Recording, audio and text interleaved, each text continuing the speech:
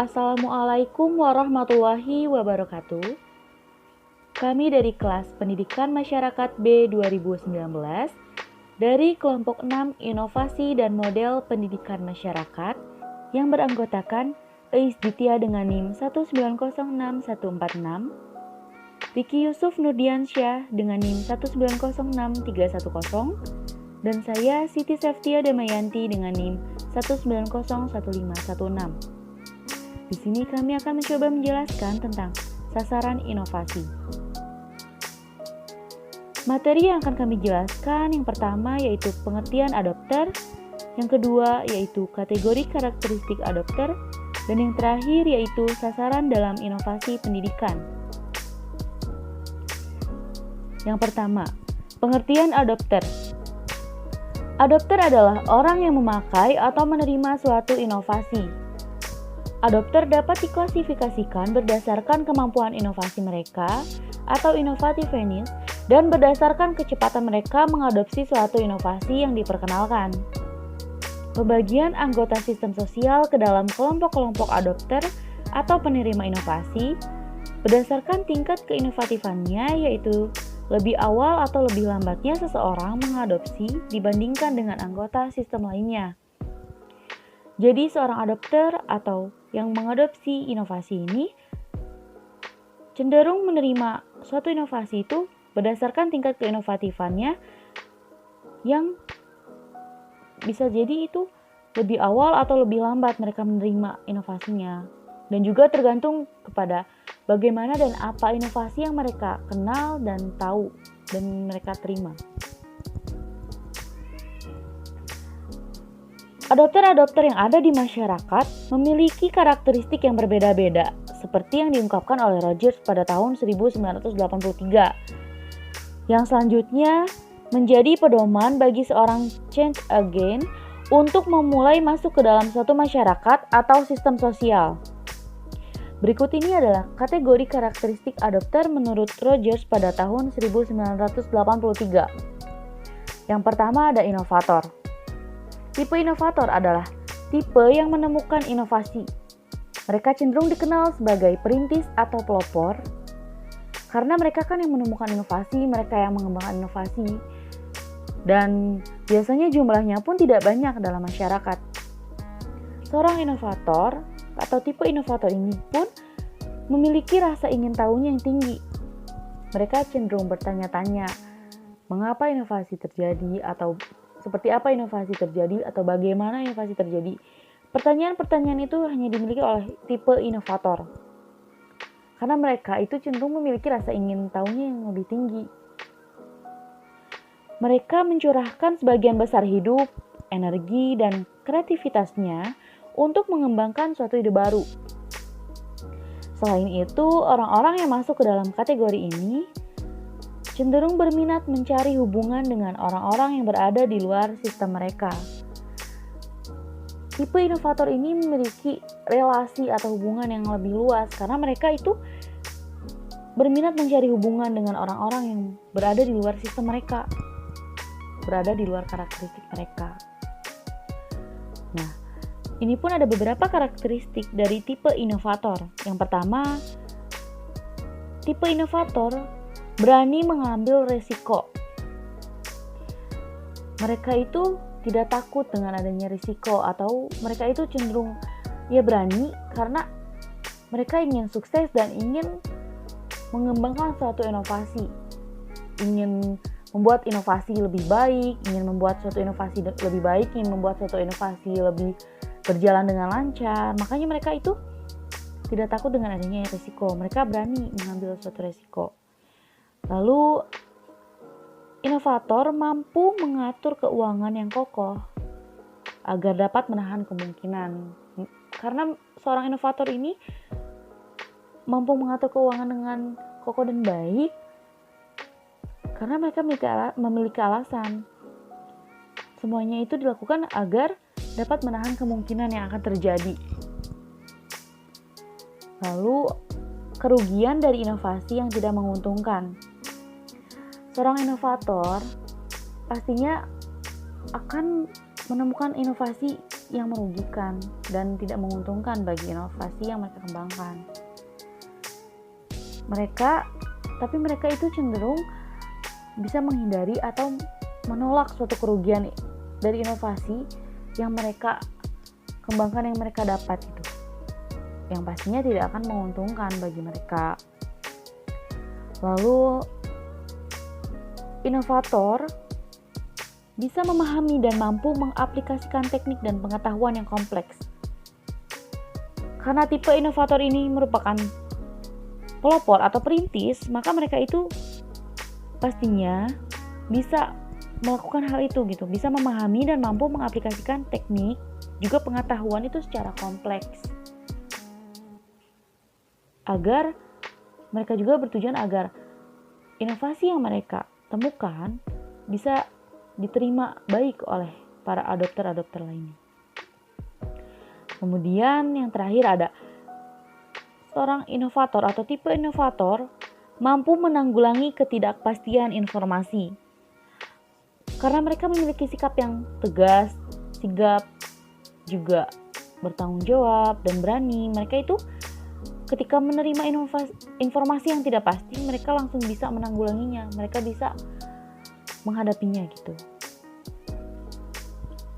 Bagi change agent, beberapa upaya yang dapat dilakukan agar dapat bekerja dengan inovator, yaitu yang pertama itu ada mengundang inovator yang rajin untuk menjadi partner dalam merancang proyek. Mengundang inovator yang rajin ini tentunya bisa menjalankan atau bisa membuat suatu inovasi ini berjalan dengan baik, berjalan dengan lancar. Lalu yang kedua, merekrut dan melatih mereka sebagai pendidik.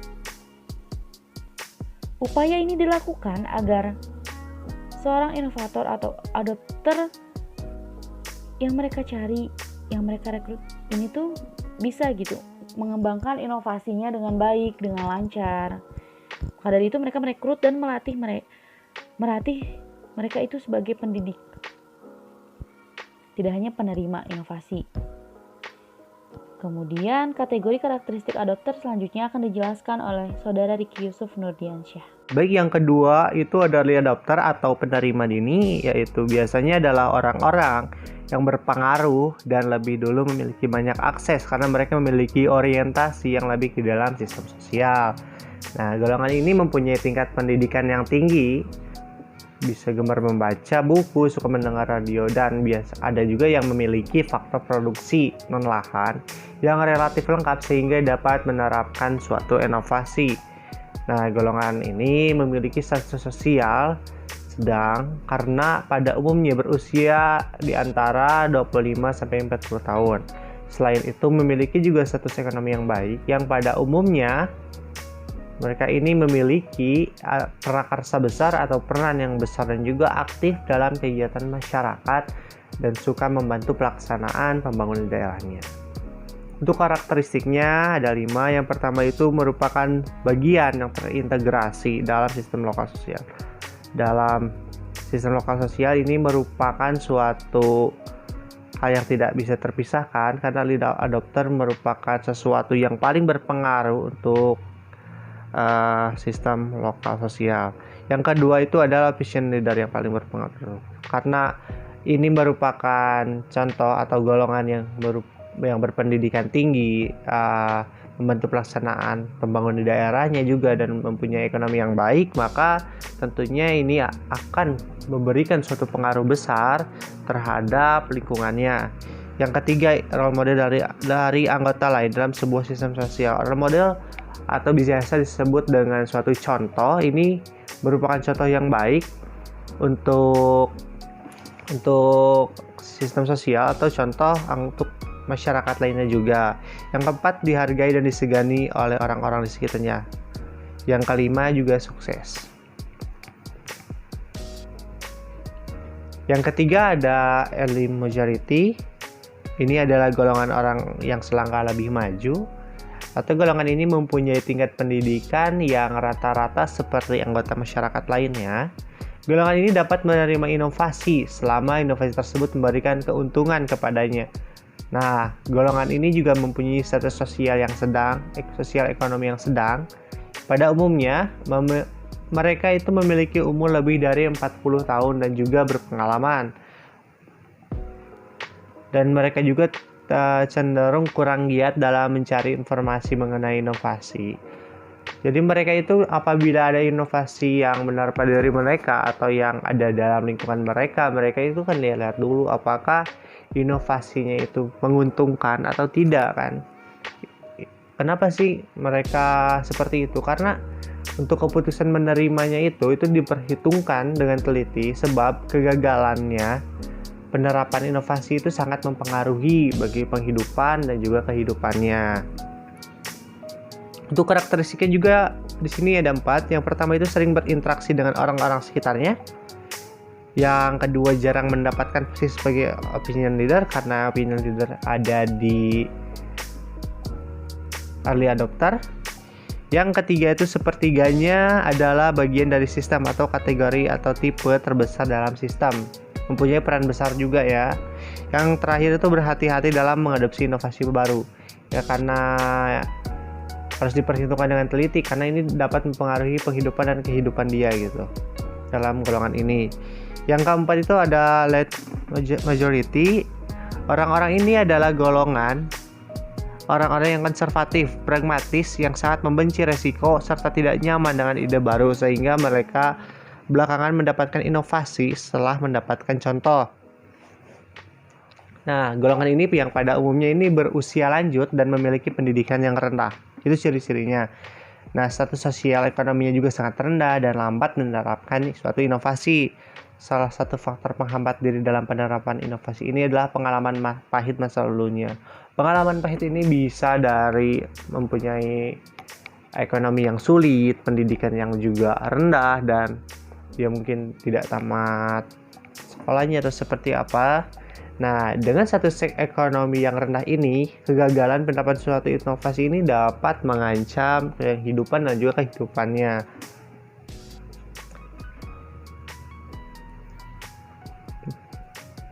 Oke, untuk karakteristiknya ini ada 5.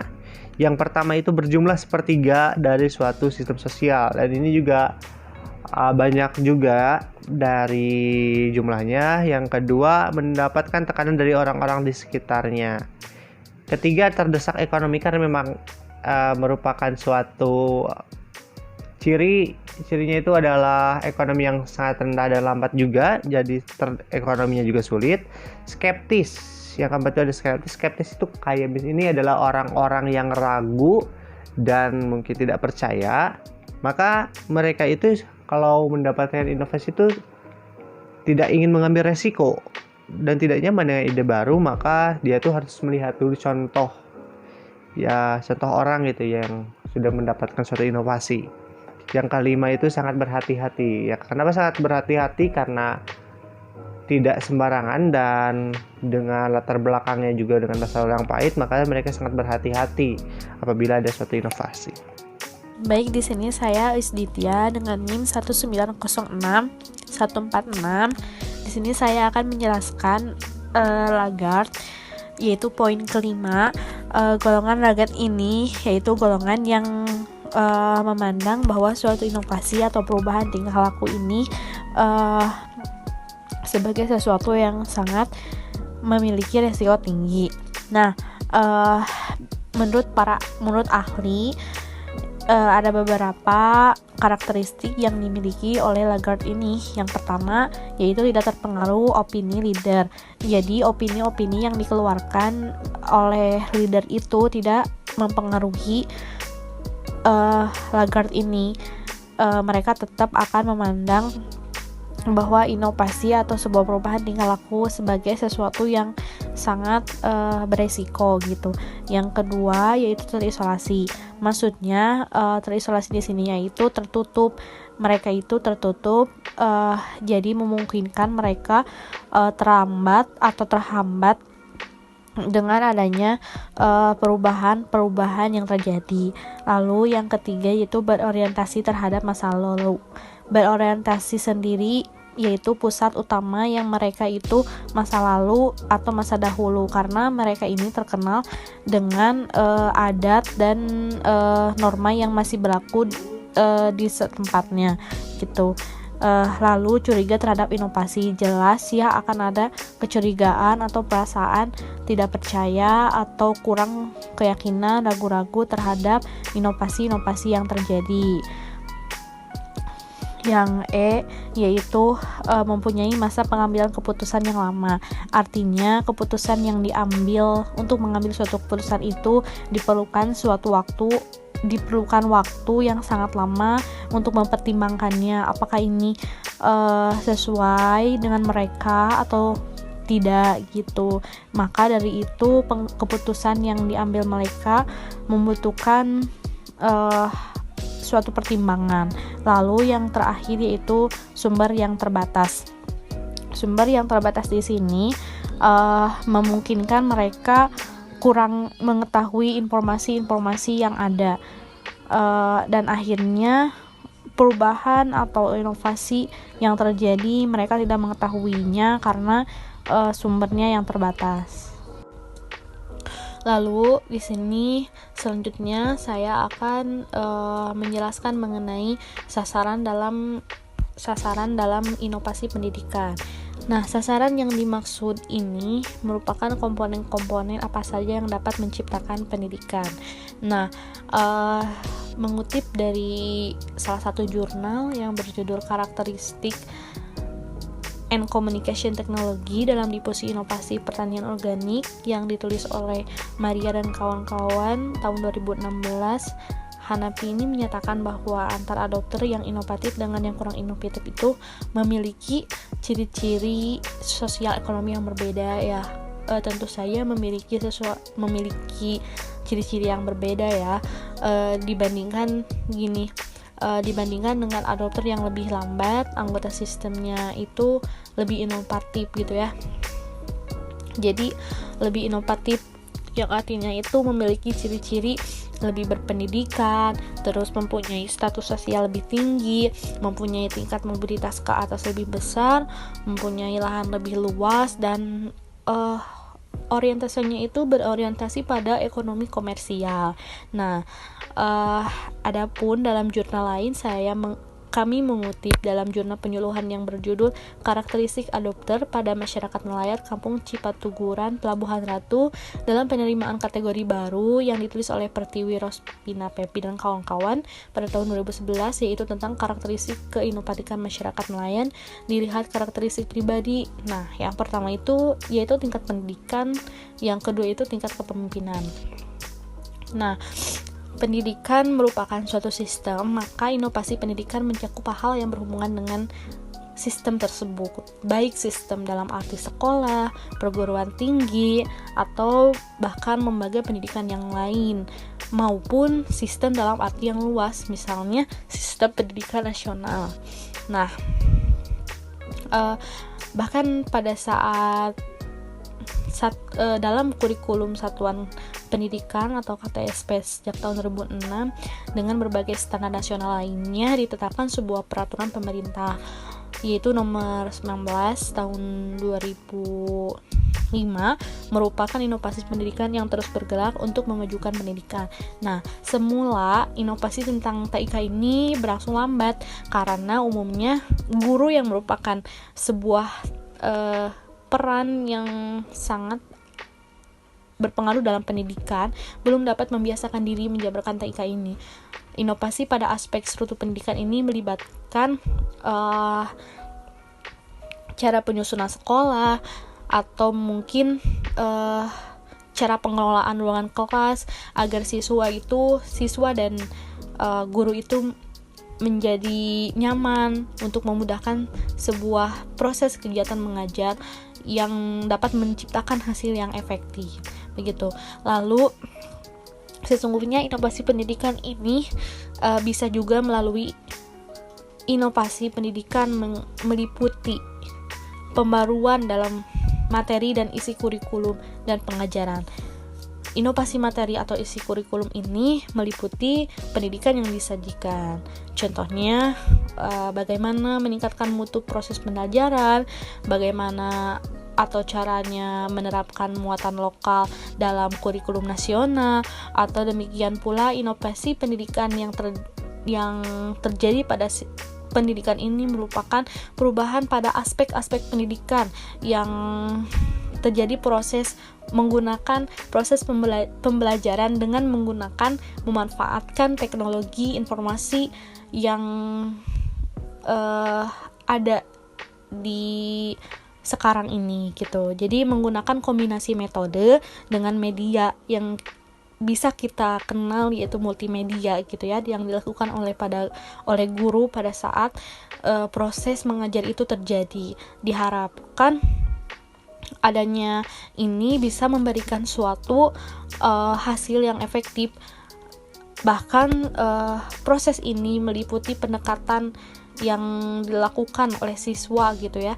Jadi siswa lebih banyak bergerak dibandingkan guru yang bergerak gitu. Jadi siswa yang lebih banyak tahu dan siswa lebih banyak yang menggali informasi dengan disertai bimbingan dari guru. Maka kegiatan belajar ini dibandingkan dengan cara belajar sebelumnya, di mana guru ini masih lebih dominan dan proses pembelajaran itu bersumber hanya satu dari guru saja, maka diharapkan pembelajaran dengan metode ini bisa menciptakan suatu pembelajaran di mana informasi itu datang tidak hanya dari guru saja. Begitu. Mungkin sekian presentasi dari kami. Mohon maaf bila ada kesalahan atau salah kata yang kami ucapkan. Terima kasih. Wassalamualaikum warahmatullahi wabarakatuh.